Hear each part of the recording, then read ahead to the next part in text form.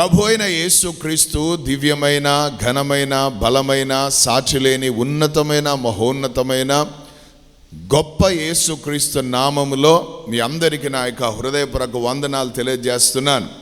ఈరోజు మరి ఒక అద్భుతమైన సన్నిధి, మరి ఒక అద్భుతమైన కృపలతో, మరి ఒక అద్భుతమైన అంశముతో పరిశుద్ధాత్మ దేవుడు మనందరితో కూడా మాట్లాడబోతున్నారు. దేవునామానికి మహిమ కలుగును గాక. వాగ్దానములు చేసే దేవుడు, వాగ్దానములను నెరవేర్చడానికి సామర్థ్యం కలిగిన దేవుడు, మాట ఇచ్చి మాట నెరవేర్చే దేవుడు. భూమి ఆకాశములు గతించినా ఆయన మాటలు గతించవు. అటువంటి గొప్ప దేవుణ్ణి, ఎంతైనా నమ్మదగిన దేవుని మనము కలిగి ఉన్నాం. దేవునికి స్తోత్రం, హల్లెలూయా. ఈ నెల ప్రభు మనతో మాట్లాడబోతున్న అంశం, ఈ నెల ప్రభు మనకిస్తున్న వాగ్దానం ఏంటంటే కీర్తన 30వ కీర్తన 5వ మాట మనం చదువుకుందాం. కీర్తన 30వ కీర్తన 5వ మాట. ఆయన కోపము, చదవమా, గట్టిగా బోల్డ్గా చదవాలా. ఆయన కోపము నిమిషమాత్రముండును, ఆయన దయ ఆయుష్కాలమంతయు నిలుచును. సాయంకాలమున ఏడుపు వచ్చి, సాయంకాలమున ఏడుపు వచ్చి రాత్రి ఉండి ఉదయమున సంతోషము కలుగును. అందరు రామేందని చెప్పండి. ఇది ఒక అద్భుతమైన ఆత్మీయ అనుభవాలు. దేవునికి స్తోత్రం. సాయంత్రం ఏమొచ్చిందట? ఏడుపు వచ్చింది. అది ఎప్పుడుందట? రాత్రి ఉంది. దేవునికి స్తోత్రం. ఉదయాన్నే సాయంత్రం వచ్చిన ఏడుపిక లేదు. దేవునికి స్తోత్రం. ఉదయాన్నే సంతోషము కలుగును. దేవునికి స్తోత్రం, హల్లెలూయా. ఉదయాన్నే సంతోషము కలుగును. ఇది చాలా అద్భుతమైన విషయము. దేవునికి స్తోత్రం. ప్రభువులో ఎవరైతే ఉంటారో అటువంటి వారి జీవితాల్లో ఇటువంటి అనుభవము తప్పకుండా ఉంటుంది. Praise the Lord. దేవునికి స్తోత్రం. ఇప్పుడు వచ్చిన ప్రశ్న అంతా కూడా ఏంటంటే, యేసు ప్రభును మనం నమ్ముకుంటే కష్టాలు ఉండవు, యేసు ప్రభును మనం నమ్ముకుంటే రోగాలు ఉండవు, యేసు ప్రభును మనం నమ్ముకుంటే బాధలు ఉండవు, యేసు ప్రభును మనం నమ్ముకుంటే సమస్యలు ఉండవు అన్న మాట విని కొంతమంది వచ్చి నమ్మినట్టే నమ్మి కొంచెం కష్టాలు వచ్చినప్పుడు, కొంచెం బాధలు వచ్చినప్పుడు, కొన్ని శ్రమలు వచ్చినప్పుడు వెంటనే వాళ్ళు చెప్పే మాట ఏంటో తెలుసా? మేము ఏదో ఈయన నమ్ముకుంటే పోతాయి అనుకున్నాం, ఈయన నమ్ముకుంటే ఏదో జరుగుతాయి అనుకున్నాం, ఈయన నమ్ముకుంటే ఏదో అవుతుంది అనుకున్నాం, ఈయన నమ్ముకుంటే అన్నీ బాగుంటాయి అనుకున్నాం. ఇదేందబ్బా నమ్ముకున్నప్పుడు నుండి ఇన్ని కష్టాలు, ఇన్ని బాధలు, ఇన్ని శ్రమలు, ఇన్ని ఇరుకులు, ఇన్ని ఇబ్బందులు, నన్నేనా ఆయన ఎట్లా చేసింది, ఆయనైనా ఆయన నా పైన చూసింది చిన్న చూపు అని చెప్పి ఎక్కడి నుంచి వచ్చామో అక్కడికి మళ్ళీ వెళ్ళిపోతుంటాం. ఏమేన్? అది జరగడానికి కారణం ఏంటంటే ఆయన ఎవరో నువ్వు ఇంకా అర్థం చేసుకోలే, ఆయనతో నీకు ఇంకా సరి అయిన సంబంధం అర్థం చేసుకోలే. మనస్సులు కలిసినాయి అనుకో, మనిషి జీవితం వేరేగా ఉంటుందట. హల్లెలూయా. మనసు కలవకుండా, ఏక మనసును రాకుండా ఎన్నో ఆటంకాలు, ఎన్నో అడ్డంకాలు, ఎన్నో శోధనలు, ఎన్నో రకాలైన కార్యాలు అపవాది చేస్తూ ఉంటాడు. అందుకే మనం చాలా జాగ్రత్తగా ఉంటూ అపవాదికి చోటు ఇవ్వద్దు. ఆమేన్. దేవునికి స్తోత్రం, హల్లెలూయా. నీ అవసరతలను ముందు పెట్టొద్దు, యేసయ్యను నువ్వు ముందు పెట్టుకోవాలి. యేసయ్య ఎవరో నువ్వు బాగా తెలుసుకోవాలి. నేను తెలుసుకున్నదే మీకు చెప్తున్నాను, నేను అనుభవించిందే మీతో మాట్లాడుతున్నాను. ఆమేన్. ఏ పుస్తకాలు చదివో, ఏ యూట్యూబ్లో ఇన్నో, లేకపోతే ఎవరో చెప్పిన సందేశాలు తీసుకొనో మీ ముందుకు రాలేదు. కానీ ప్రభు నన్ను నడిపించిన రీతిలో, ప్రభు నాకు చూపించిన కృపలో, నేను ప్రభును అర్థం చేసుకున్న విధానంలో మీకు చెప్తున్న మాటలు ఇవన్నీ కూడా ఏంటంటే, యేసయ్యను నమ్ముకున్నా, యేసయ్యను నమ్ముకోకపోయినా, యేసయ్యను ఆశ్రయించినా, యేసయ్యను ఆశ్రయించకపోయినా శ్రమలు అనేవి కామన్, కష్టాలు అనేవి కామన్, ఇరుకులు అనేవి కామన్, ఇబ్బందులు అనేవి కామన్. దేవుని నమ్ముకున్నోడికి వస్తాయి, నమ్ముకోనోడికి వస్తాయి. ధన్యుడని పిలువబడినోనికి వస్తాయి, అన్యుడని పిలువబడినోనికి వస్తాయి. ఎందుకంటే యేసు ప్రభువే అన్నాడు, ఈ లోకంలో మీకు శ్రమ. దేవునికి స్తోత్రం, హల్లెలూయా. శ్రమలు అనేవి కామన్. ఆమేన్. అయితే వాటిని చూచి, అందుకే కీర్తనకారుడు అంటాడు, శ్రమ దినాన నేను కృంగిపోతే చేతగాని వాడని అవుతాను అంటాడు. ఆమేన్. శ్రమలు నీ యొక్క క్యారెక్టర్ని, నీ యొక్క శీలాన్ని, నీ యొక్క గుణలక్షణాన్ని, నీ యొక్క భక్తిని కనుపరుస్తుంది. ఆమేన్, హల్లెలూయా. ఇంకొక మాట చెప్పాలంటే శ్రమలు ఎటువంటివి అంటే నీకు ఒక మంచి ఆకారాన్ని, రూపాన్ని ఇచ్చేవన్నమాట. దేవునికి స్తోత్రం, హల్లెలూయా. మీకు ఎట్లా అర్థమయ్యే భాషలో చెప్తాను. కటింగ్ షాపుకి పోతే పిచ్చి పిచ్చిగా పెంచుకొని పోయింటాం. ఆయన చేతులు మనం పెట్టామనుకో, మన జుట్టంతా కూడా ఆయన ఏం చేస్తాడు దాన్ని కదా, బ్లేడ్ పెట్టి అది పెట్టి ఇది పెట్టి అంత చేసి ఒక ఆకారం చేస్తారు. అబ్బా ఎక్కడ చేపించుకున్నా కటింగ్ భలే ఉంది కదా, నీ ఇంటికెళ్ళి ఊడిపోతుంటే ఏడుస్తావను కదా, ఎన్నో రకాలైన ప్రాసెస్ అన్నమాట. కానీ రిజల్ట్ ఏంటంటే ఒక మంచిగా కనబడడానికి, ఒక వికారంగా కాకుండా ఒక క్రమంలో కనబడడానికి ఇటువంటి ప్రాసెస్ జరుగుతుంది. అదే రీతిగా శ్రమలు కూడా. నువ్వు ప్రభుని నమ్ముకున్నా వస్తాయనా, నమ్ముకోకున్నా వస్తాయనా, నువ్వు ప్రభుని నమ్ముకున్నందుకు నీకు శ్రమలు వచ్చినాయని మళ్ళీ ఎక్కడైతే వదిలినావో, కుక్క ఏ రీతిగా అయితే వాంతిని తిరిగి తింటుందో మళ్ళీ అదే రీతిగా పోతే మాత్రం నీ జీవితంలో ఏం ఉండదు. కొంతమంది వెళ్ళిపోతుంటారు వెనకకు తిరిగి. హల్లెలూయా, దేవునికి స్తోత్రం, ఆమేన్. అందుకే అంటాడు, నాగటి మీద చెయ్యి ఉంచి ఆమెను వెనక తిరుగువాడు నాకు పాత్రుడు కాదంటాడు. దేవునికి స్తోత్రం. ఒక్కసారి ప్రభువు నువ్వు నమ్ముకున్నావు అనుకో, నీ జీవితంలో ఎట్లుండాలంటే తుద వరకు అదే ఉండాలి. హల్లెలూయా. కష్టం వచ్చినా, శ్రమలు వచ్చినా, ఇరుకొచ్చినా, ఇబ్బందులు వచ్చినా, ఏవచ్చినా. అయితే ఒక మాట గుర్తుపెట్టుకోండి, లోకంలో ఉన్న వాళ్ళకి వచ్చినట్టే నీకు కూడా వచ్చినట్టే ఉంటుంది, ఇద్దరికి వస్తాయి. అయితే లోకంలో ఉన్న వాళ్ళు ఏం చేస్తారంటే శ్రమలు తట్టుకోలేక, అందుకే పేపర్లో చూస్తాం, అప్పులు తట్టుకోలేక కిరోసిన్ పోసుకొని, గబ్బు నూనె పోసుకొని కాల్చుకున్నారని, మందు మింగి చచ్చిపోయారండి, ఊరేసుకొని చచ్చిపోయారండి. కారణం ఏంటి? వాళ్ళు లోకస్తులు. ఆ శ్రమలు వాళ్ళని ఏం చేసేసాయి, ఆ బాధలు వాళ్ళని ఏం చేశాయి, భారంలోనికి నడిపించి మరణంలోకి తీసుకొని వెళ్ళిపోయినాయి. కానీ ప్రభువును నువ్వు నమ్మినప్పుడు, ప్రభువును నువ్వు కలిగినప్పుడు, మారు మనసు, బాప్తిసము, ఆత్మ నింపుదల, రక్షణ ఆనందంలో నువ్వు బ్రతుకుతున్నప్పుడు ఏం జరుగుతుంది తెలుసా? శ్రమలు ఎన్ని వచ్చినా ఆ శ్రమల ఎదుట నిలబడే శక్తి, బలము, ధైర్యము, సాగిపోయే ఆ కృప, నిలబడే ఆ శక్తి నీకు కలుగుతుంది. ఎవరి ద్వారా? ప్రభు ద్వారా. అందుకే ఆయన ఈ లోకానికి ఇమ్మానుయేలు దేవుడిగా వచ్చాడు. ఇమ్మానుయేలు అన్న మాటకు అర్థం దేవుడు మనకు, ప్రైజ్ ది లార్డ్, ఆయనే మనకు తోడుగా ఉంటాడు. హల్లెలూయా. ఇక శ్రమలు ఎన్ని ఎక్కువ వచ్చినా అంత ఎక్కువగా ఆయన నీకు తోడుగా ఉన్నాడన్న సంగతి మర్చిపోవద్దు. హల్లెలూయా. శ్రమల పాలై దీనుడనైతిని అంటాడు దావీదు. శ్రమల వల్లనే దీనత్వం నేర్చుకుంటాం మనం. ఎప్పుడు సుఖం ఉందనుకో కదా, 3 పూట్ల తిండి, 3 పూట్ల కొత్త బట్టలు, పెద్ద ఇల్లు, కార్లు, భవనాలు అన్నీ ఉంటే కొన్నిసార్లు దేవుడు జ్ఞాపకం చేసుకోవడం చాలా కష్టంగా ఉంటుంది. ఆమేన్. నోట్లు ఎక్కువ లెక్క పెట్టడం ప్రారంభిస్తే టైం ఉండదు దేవుని దగ్గరికి పోవడానికి.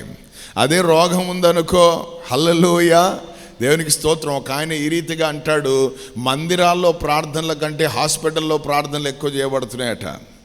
అంటే అన్ని రోగాలు వచ్చినాయి ప్రజలకి రోజు.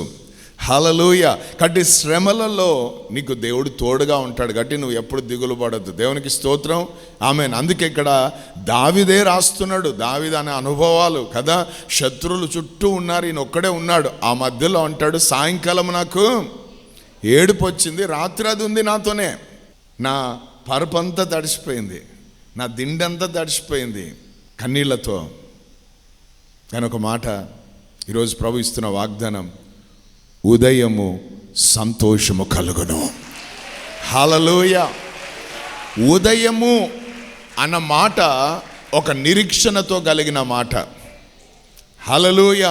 ఈరోజు ఎంతో మంది ఈ ఉదయాన్ని చూడని వారు ఉన్నారు, ఎంతో మంది ఇటువంటి నిరీక్షణ లేని వారు ఉన్నారు, ఎంతో మందికి హోప్లెస్ కండిషన్లో ఉంటున్నారు. కానీ ఈరోజు ప్రభు మన మీద ఏమయ్యాడు? ఉదయించి ఉన్నాడు. అందుకే యెషయా 61 అంటది, లెమ్ము తేజరిల్లము, నీ మీదికి వెలుగు వచ్చి ఉన్నది. హల్లెలూయా. ఏ వెలుగు తెలుసా? ఈ వెలుగు యోహాను సువార్త 1లో మనం చూస్తే జీవముతో కూడిన వెలుగు. ఆమేన్. ఈ లోకంలో వెలుగుందంట. ఆ వెలుగు ఏమై ఉన్నది?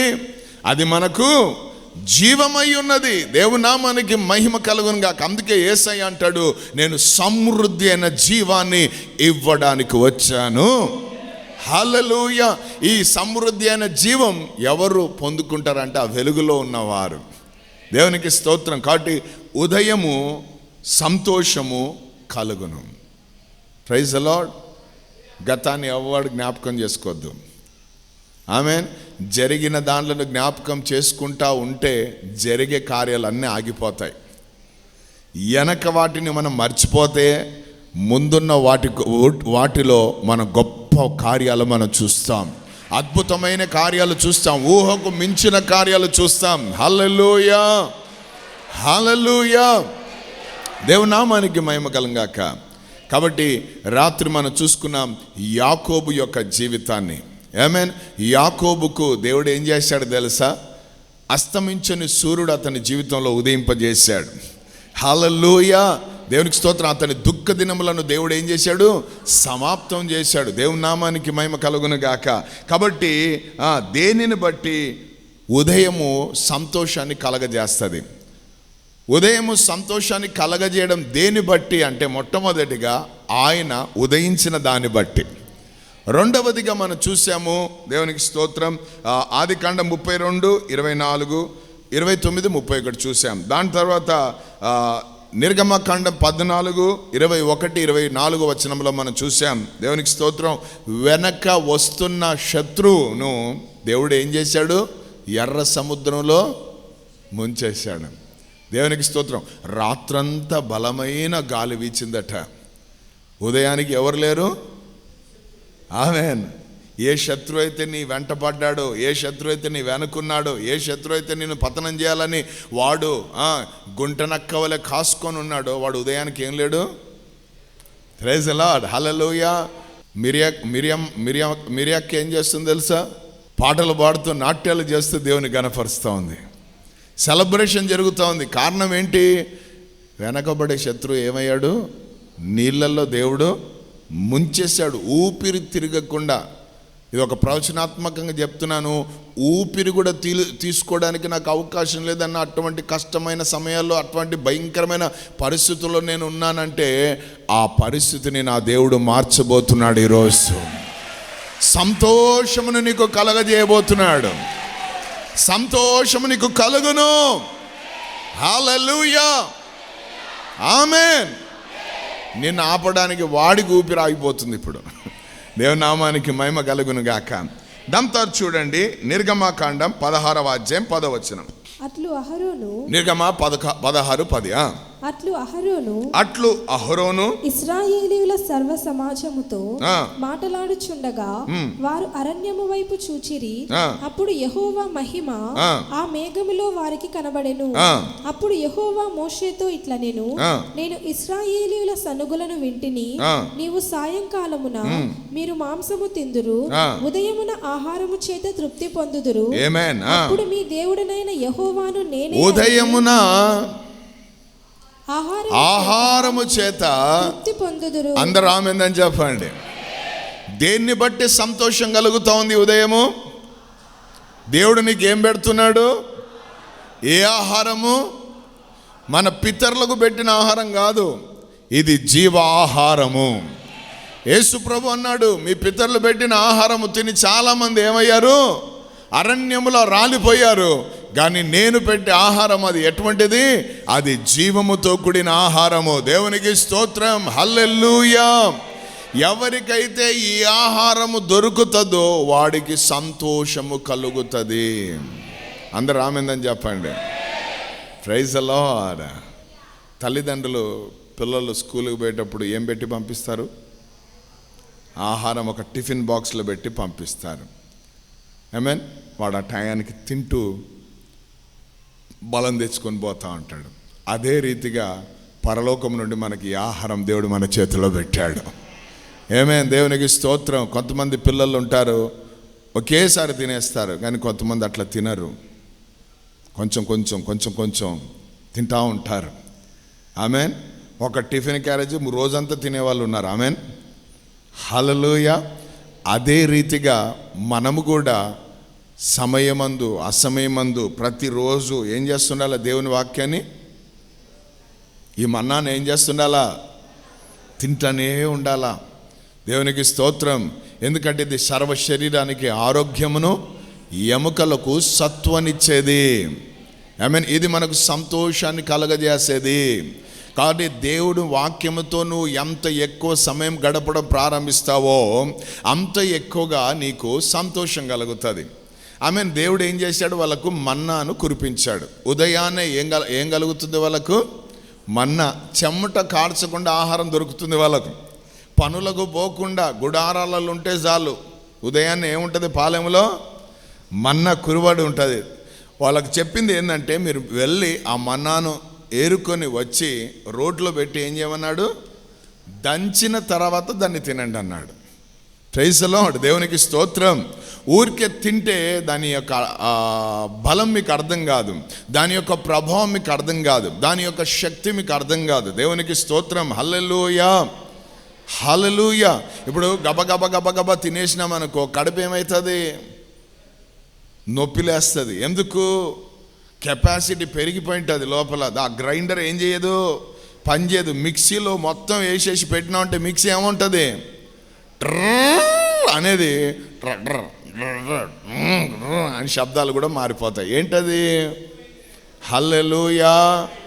మనం కూడా ఒకసారి అప్పుడు అంటుంటాం. ఏందది?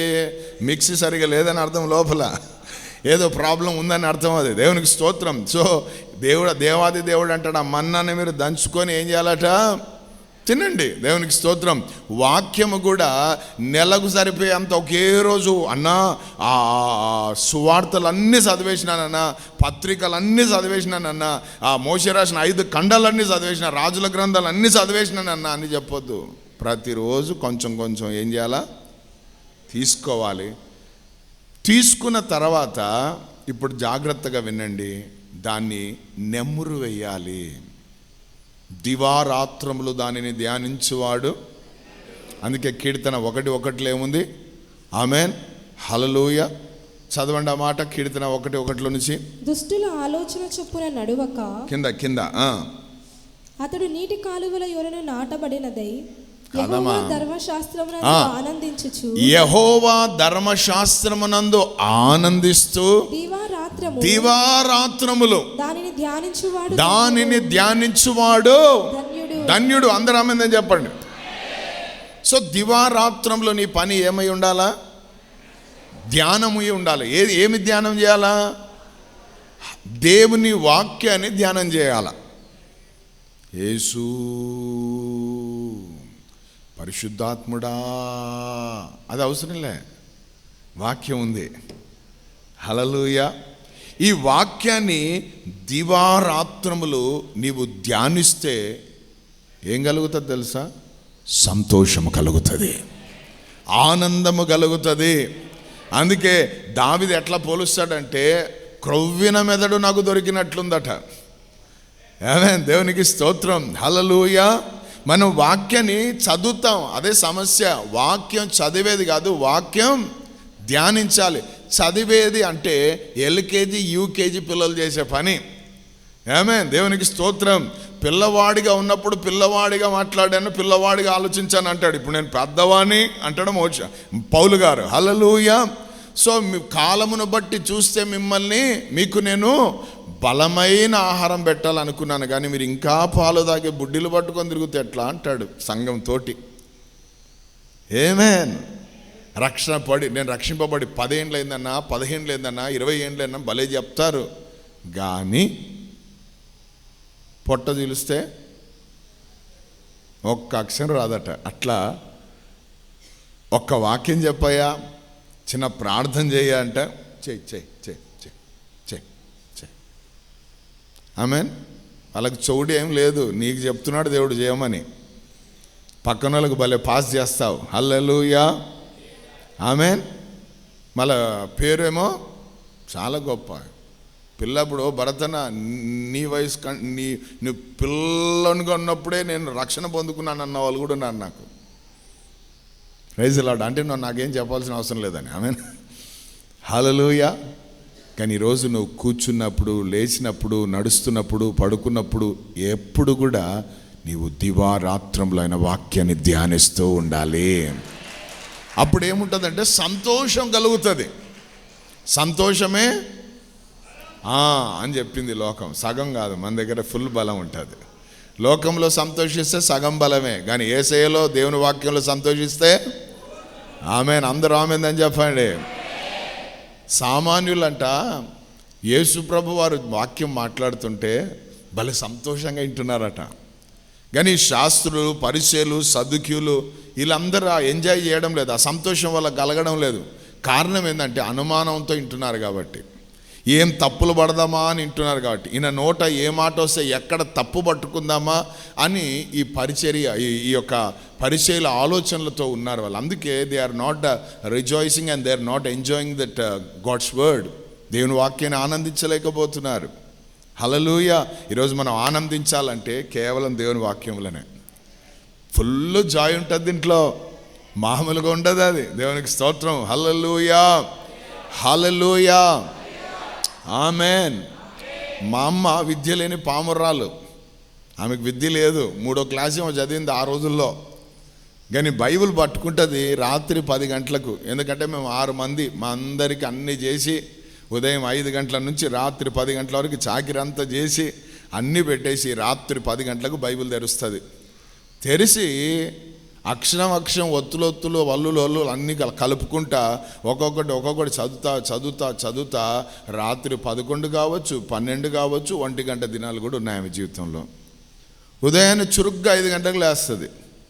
మరి రాత్రి 9 గంటలకు పండుకున్నా లేలేకపోతున్నాం, 8కే పండుకున్నా లేలేకపోతున్నాం, 4-5. ఆమేన్. ఆమె సర్వ శరీరానికి దేవుడు ఏమిచ్చాడు తెలుసా? ఆరోగ్యం ఇచ్చాడు. ఏ రోగం లేదు ఆమెకి పోయేటప్పుడు దేవుని దగ్గరికి. మంచి ఆరోగ్యంతో 90 ఏళ్ళు బ్రతికిపోయింది. దేవుని నామానికి మహిమ కలుగాక. దీర్ఘాయుష్ వచ్చేసింది. ఇది పట్టుకొని ధ్యానిస్తే, ఆమేన్. ఇది పట్టుకొని ఈ వాక్యాన్ని ధ్యానించకుండా ఈ లోకంలో ఉన్న సమస్యలను ధ్యానించుకుంటా నాకే ఎందుకు వచ్చినాయి, నాకెందుకు అవమానం, నాకెందుకు ఈ బాధలు, నాకెందుకంటే రేపే పోతావు. దేవుని స్తోత్రం. గోడ మీద నీ ఫోటో, దండ ఉంటుంది, అంతే. అర్థమైందా? ప్రైజ్ లార్డ్, హల్లెలూయా. సో సంతోషం ఎప్పుడు కలుగుతుందంట? అందుకే ఉదయాన్నే లేస్తూనే ఏం చదవాలా నువ్వు? సాయంకాలం ఏడుపు వచ్చి ఉంటుంది, అది రాత్రి నీ జీవితంలో ఉంటుంది. కానీ ఉదయం అనేది ఒకటి దేవుడు నీకు ఇచ్చాడు.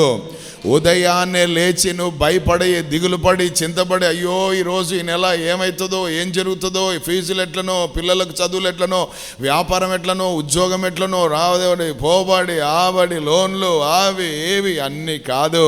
నాయనా ఉదయాన్ని నాకు ఇచ్చినందుకు వందనాలు, ఉదయాన్ని నాకు దయచేసినందుకు వందనాలు. కారణం ఏంటో తెలుసా? నీ వాక్యాన్ని ధ్యానించే కృప నాకు ఇచ్చినందుకు వందనాలు. హల్లెలూయా. ప్రతి ఉదయమున నీ కృపలో నేను ఉల్లసింతునే. హల్లెలూయా. ప్రతి ఉదయాన్నే ఉల్లసించాలి. దేంట్లో? మందిరానికి వచ్చి కాదు, దేవుని మీ ఇంట్లో ఒక మందిరం అయిపోవాలా. ఆమేన్. మీ గది ఒక మందిరం అయిపోవాలా.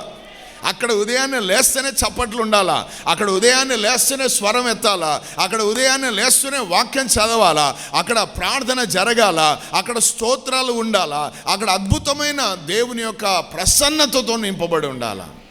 అది ఉదయాన్నే. ఎంతోమందికి ఉదయం లేదు. నీ జీవితంలో ఉదయించాడు నీతి భాస్కరుడైన యేసయ్య. కాబట్టి నువ్వు ధ్యానిస్తూ ఉండాలి. దేన్ని? ఆమేన్. సెల్లులలో రీళ్ళు చూసుకుంటా, సెల్లులలో వాట్సాప్లు చూసుకుంటా టైం వేస్ట్ చేసే దానికంటే ఒక్క వాక్యం పట్టుకొని దాన్ని డీప్గా ధ్యానం చేయి. దాంట్లో నుండి ఏం బయటికి తెస్తాడు తెలుసా? దేవుడు సంతోషమును బయటికి తీసుకొని వస్తాడు. సంతోషము కలుగుతుంది. ఈ లోకంలో ఎక్కడ కలగదు సంతోషం, కేవలం దేవుని వాక్యములనే. హల్లెలూయా, హల్లెలూయా. కాబట్టి ఇది మనకు జీవాన్ని ఇచ్చేది. ఏ ఆహారం ఇది? ఉదయాన్నే ఇచ్చాడు. మనం ఉదయాన్నే ఏం చేయాలి? వాక్యాన్ని చదవడం నేర్చుకోవాలి. ఆమేన్. ఎంతమంది చదువుకొని వచ్చారు ఈరోజు? Praise the Lord. కొంతమంది చెప్తుంటారు సాక్షి, అన్న ఈరోజు నేను చదివిన వాక్యమే మీ నోట దేవుడు మాట్లాడిచ్చాడన్న. ఆ మాటలు వింటుంటే అబ్బా మామూలుగా లేదన్న సంతోషం. ఎందుకంటే ఉదయం నేను అదే చదివి వచ్చాను. ఎంత ఎక్సైటెడ్ అంతే మరి. ఎందుకంటే మనం చదివింది మనతో దేవుడు మళ్ళా మాట్లాడుతున్నాడంటే దాంట్లో నుండి దేవుడు నిన్ను ఏదో రీతిగా దీవించాలని, దాంట్లో నుండి దేవుడు నిన్ను ఆశీర్వదించాలని, దాంట్లో నుండి దేవుడు నిన్ను జీవితాన్ని ఒక గొప్ప స్థితిలో పెట్టాలనేదే కోరిక. హల్లెలూయా. ఒక మాట పదే పదే నీకు వినబడుతుందంటే దాని వెనక ఏదో దేవుడు చేయబోతున్నాడు. ఆమేన్. హల్లెలూయా. నువ్వు సంతోషంగా ఉండడం దేవుని చిత్తం. తెలుసా మీకు? ఏడుస్తూ ఉండడం కాదు, బాధతో ఉండడం కాదు, భయాలతో ఉండడం కాదు, కృంగిపోయి ఉండడం కాదు. నువ్వు సంతోషంతో ఉండడమే దేవుని చిత్తం. నీకు సంతోషాన్ని కలగజేయడానికే పరలోక మహిమను విడిచిపెట్టి భూమి మీదకి దిగి వచ్చాడు యేసయ్య. నీకు సంతోషం కలగజేయడానికే 3 మేకుల మధ్యలో వేలాడాడు. నీకు సంతోషం కలగడానికే ఆ కొరడా దెబ్బలు తిన్నాడు. నీకు సంతోషం కలగజేయడానికే ముళ్ళ కిరీటం ధరించుకున్నాడు. నీకు సంతోషం కలగజేయడానికే బల్లెములో పొడిపించుకున్నాడు. నీకు సంతోషాన్ని కలగజేయడానికి అనేకుల చేత దూషింపబడ్డాడు, అవమానించబడ్డాడు, చంపబడ్డాడు. నీకు సంతోషాన్ని కలగజేయడానికే. హల్లెలూయా. ఆమేన్. ఆయన ఒక్కొక్క గాయం నీకు నాకు సంతోషాన్ని కలగజేసింది. ఆ ఒక్కొక్క గాయం వెనక ఒక్కొక్క రోగం ఉంది దేవుని బిడ్డ. ఆ రోగం అంతా కూడా ఆయన తీసుకున్నాడు. రోగం అనగానే భయపడతాం. రోగం అనగానే శరీరంలో ఏదైనా మార్పులు కనబడ్డాయంటే ఆమె ముఖం వాసింది అనుకో, కాలు వాసినాయి అనుకో, కడుపు వాసింది అనుకో, ఏమైపోయిందో అని ఇన్ని టెన్షన్లు పడతావు. కానీ నువ్వు వాక్యం పట్టుకొని ఆ వాక్యాన్ని ఎత్తి నువ్వు ఎప్పుడైతే ధ్యానించడం ప్రారంభిస్తావో రూపాయి కూడా ఖర్చు ఉండదు. ఖర్చు అయ్యేది అంతా తెచ్చి మందిరంలో వేసి పోవాలా. ఎంత సార్ అమ్మ ఎంత అమ్మ ఫోన్పే అమ్మ. హాస్పిటల్లో చూడాలి హంగామా మామూలుగా ఉండదు. దేవుని మందిరంకి వచ్చినాక దేవునికి నీ ధనము నీ ఘనము అని ఇవ్వడానికి వచ్చినప్పుడు మాత్రం జోబులో చేయి పెడితే ఎంత పిసుకుతాడో వాడిగా ఏది ఇవ్వాలో అర్థం కాక. మనుషులే కాదు నాయనా, దేవుడికి ఇంకా తెలుసు. నీవు నెల దేవుడికి ఇవ్వాల్సింది, నెల దేవునికి చేయాల్సింది, నెల లేకపోతే రోజు దేవునికి ఇచ్చిన దాంట్లో నువ్వు నీ గుప్పిళ్ళు విప్పాల్సింది నువ్వు బిగించావు అనుకో, అంతా ఒకటేసారి. ఇప్పుడు మనం ఒక దగ్గర వడ్డీకి తీసుకుని ఉంటాం. ఒక్క నెల మనం కట్టకుంటే, 2వ నెల కట్టకుంటే, 3వ నెల కట్టకుంటే ఏం చేస్తారు వాళ్ళు? చక్రవడ్డీ అంట, బారు వడ్డీ అంట, ఆ వడ్డీ అంట, ఈ వడ్డీ అంట, లాస్ట్కి నీ నడ్డి ఇరగొడతాడు. నువ్వు తీసుకుంది 50,000 అయితే వాడికి 2 లక్షలు కట్టింటావు. ఎందుకు ఇదంతా? ఆమేన్. దేవుడు కూడా అదే చేస్తాడు. ఆమేన్. హల్లెలూయా. ఒకటేసారి తీసుకుపోయి హాస్పిటల్లో పెట్టడమో, ఒకటేసారి తీసుకుపోయి పోలీస్ స్టేషన్లో పెట్టడమో, ఒకేసారి తీసుకుపోయి ఆ కోర్టులో పెట్టడమో, ఒకేసారి తీసుకుపోయి దొంగల చేతిలో పెట్టడమో, ఏదైనా జరగవచ్చు. ఎందుకు వచ్చిన గొడవ? ఆమేన్. దేవుంది దేవునికి, కైసరిది కైసరికి ఇవ్వమన్నాడు యేసయ్య. సో దేవునికి చెందాల్సింది దేవునికి ఇచ్చేయాలా. ఆమేన్.